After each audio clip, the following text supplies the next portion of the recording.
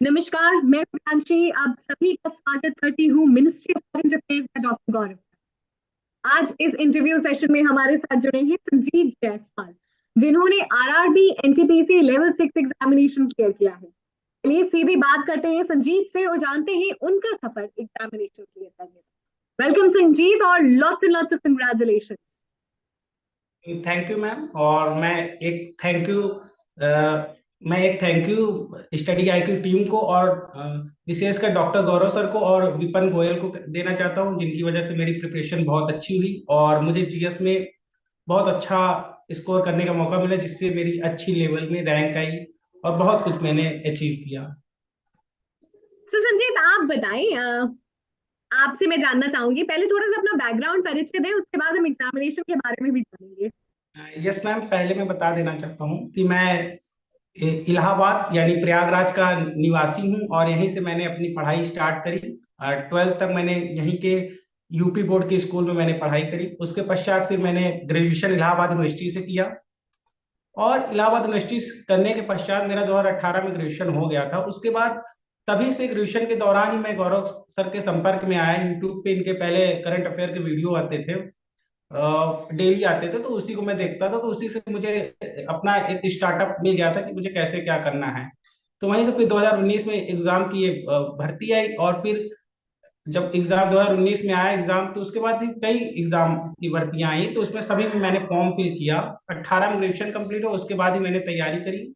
और गौरव सर का और विपन गोयल का और स्टडी आईक्यू टीम का बहुत बड़ा योगदान था और उसी के थ्रू मैंने तैयारी स्टार्ट करी। और फिर धीरे धीरे समय बीतता गया और जब 2021 में इसका पहला सीबीटी 1 का एग्जाम हुआ, तो फिर उसमें मेरा बहुत अच्छा स्कोर आया। 91 आया मेरा। 100 में से 91 स्कोर मैंने किया, जिसकी वजह से मेरे सभी लेवल 6, लेवल 5, लेवल 3 और लेवल 2 सभी के लिए मैं क्वालिफाई हो गया। फिर उसके बाद 2022 में मैंने सारे पेपर दिए और सभी मेरे अच्छे स्कोर हैं। और स्कोर को भी मैं आपको बता देता हूँ। जैसे लेवल 6 में मेरा स्कोर 120 में से 96 आया और इलाहाबाद बोर्ड से मैं फॉर्म अप्लाई किया था, तो इलाहाबाद बोर्ड में मेरी तीसरी रैंक आई थी।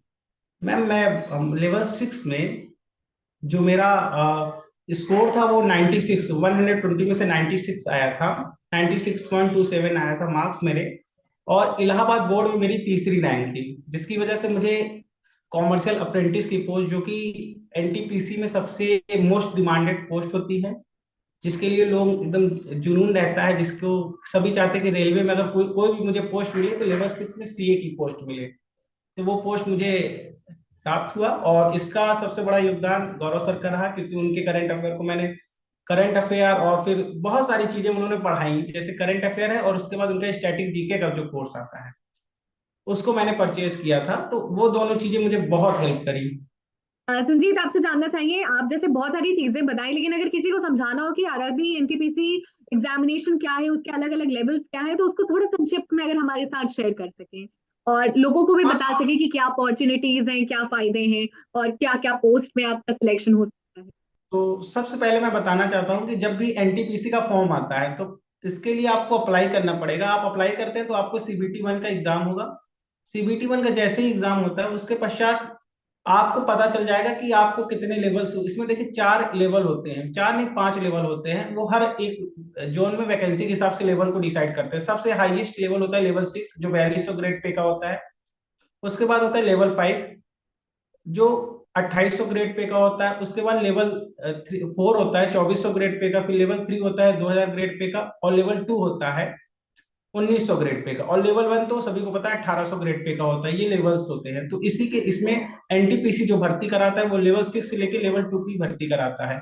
तो उस समय आप फॉर्म अप्लाई करते हैं। अगर आप ग्रेजुएट हैं तो लेवल 5 और लेवल 6 के लिए आप अप्लाई कर सकते हैं। अगर आप सिर्फ इंटर पास करें हैं तो आप सिर्फ लेवल 3, 2 के लिए अप्लाई कर सकते हैं। और अगर आपने ग्रेजुएशन है तो आप सारे लेवल के लिए अप्लाई कर सकते हैं। ये अपॉर्चुनिटी रहती है। फिर उसके बाद जब भी आप एग्जाम होगा तो आप पहला लेवल सीबीटी 1 का एग्जाम होता है, उसके थ्रू आपके मार्क्स के ऊपर वो डिपेंड करते हैं कि आपको कितने लेवल के लिए आपको आगे भेजा जाएगा। जैसे आपके नंबर अच्छे हैं, जैसे कि मेरे नंबर थे 100 में से 91 नंबर थे मेरे। ये एक्चुअली नंबर थे मेरे 87, जो कि नॉर्मलाइज होकर 3-4 नंबर बढ़ गए थे, तो 91 मेरे नंबर हो गए थे। तो उसके बाद मुझे सभी लेवलों के लिए क्वालिफाई कर लिया गया। फिर उसके बाद सबसे पहले लेवल 6 का पेपर होता है।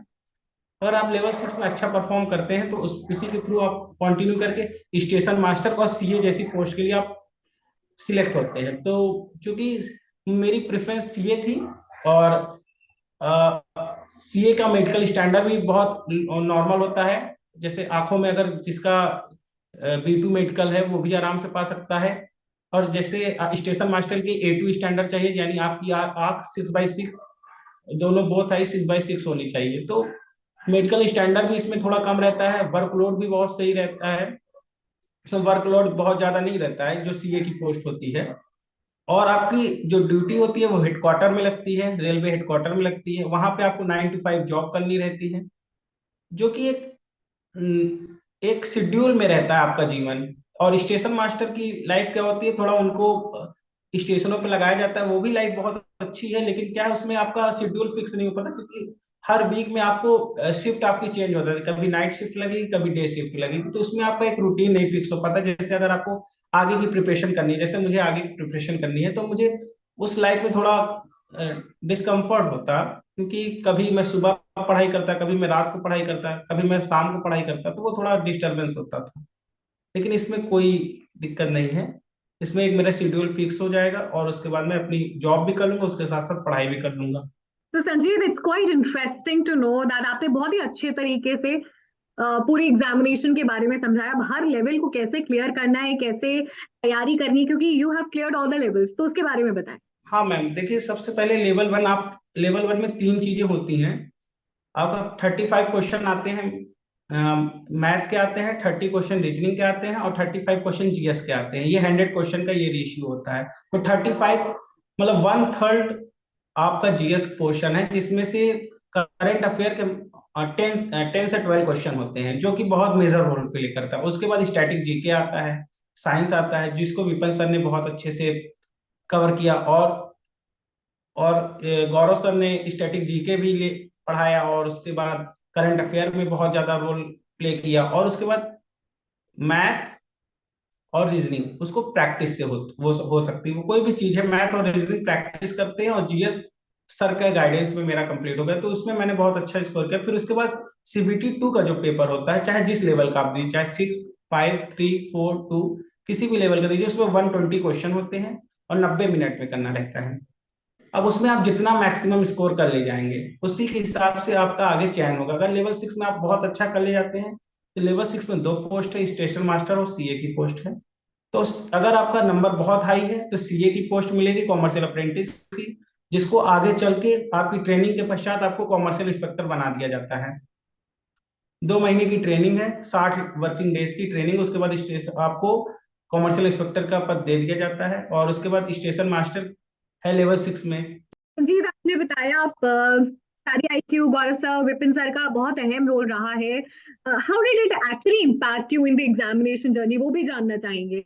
हाँ, जैसे गौरव सर का मेन इम्पैक्ट ये था कि गौरव सर देखिए, एक एक बहुत लंबा डेरिवेशन हो जाता है। जैसे आप ड्यूरेशन बहुत लंबा था, 2019 में फॉर्म आया था, 2021 में मैंने CBT 1 दिया, 2022 में मैंने CBT 2 दिया, तो एक काफी लंबा समय था। तो गौरव सर का ये था कि हमने ऑनलाइन कोर्स लिया था गौरव सर का, तो हमें ऑनलाइन एक मेंटरशिप मिलती रही। और लंबा समय होने की वजह से, जैसे आप कुछ दिन पढ़ते हैं फिर उसके बाद डिमोटिवेट होते हैं, तो गौरव सर की एक बुक आई थी, वे ऑफ सक्सेस जो बुक है, उसको भी मैंने मंगवाया था। तो उसको पढ़ा था, तो वो बहुत मुझे हेल्प करी, और चीजों को बहुत स्मूथली वे से कन्विंस हुआ। अब जैसे रिवीजन, प्रैक्टिस और रेगुलरिटी अगर आपकी जर्नी में है, तो बहुत इंपॉर्टेंट रहता है, और प्रैक्टिस होना बहुत इंपॉर्टेंट है।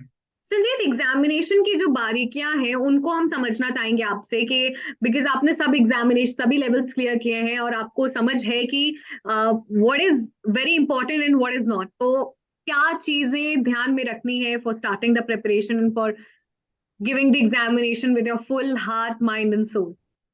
एक्चुअली मैम, एक चीज और मैं बता देता हूँ, मेरा इस समय सिलेक्शन 3 जगह पे हो चुका है, फाइनल सिलेक्शन हो गया, एक NTPC में, और SSC CHSL में, SSC MTS में, और मोस्ट प्रॉब्ली SSC CGL में हो जाएगा। लेकिन मैं उस पोस्ट को, क्योंकि उसमें मुझे हायर लेवल का नहीं मिलेगा, तो मैं उस पोस्ट को खराब नहीं करूंगा।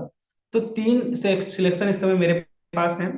और मैं सारे एग्जाम की कुछ अलग एक वो होता है तो उसको बताता हूँ। जैसे यहाँ वनडे एग्जाम में मेन होता है प्रैक्टिस, आप कितना प्रैक्टिस करते हैं। मैथ, साइंस, जीएस, जीएस में भी बहुत सारी चीजें होती हैं, जब तक हम प्रैक्टिस नहीं करते वो चीजें हमें एकदम क्लियर से याद नहीं होती हैं। तो सबसे बेसिक से ये है कि आप प्रैक्टिस करिए।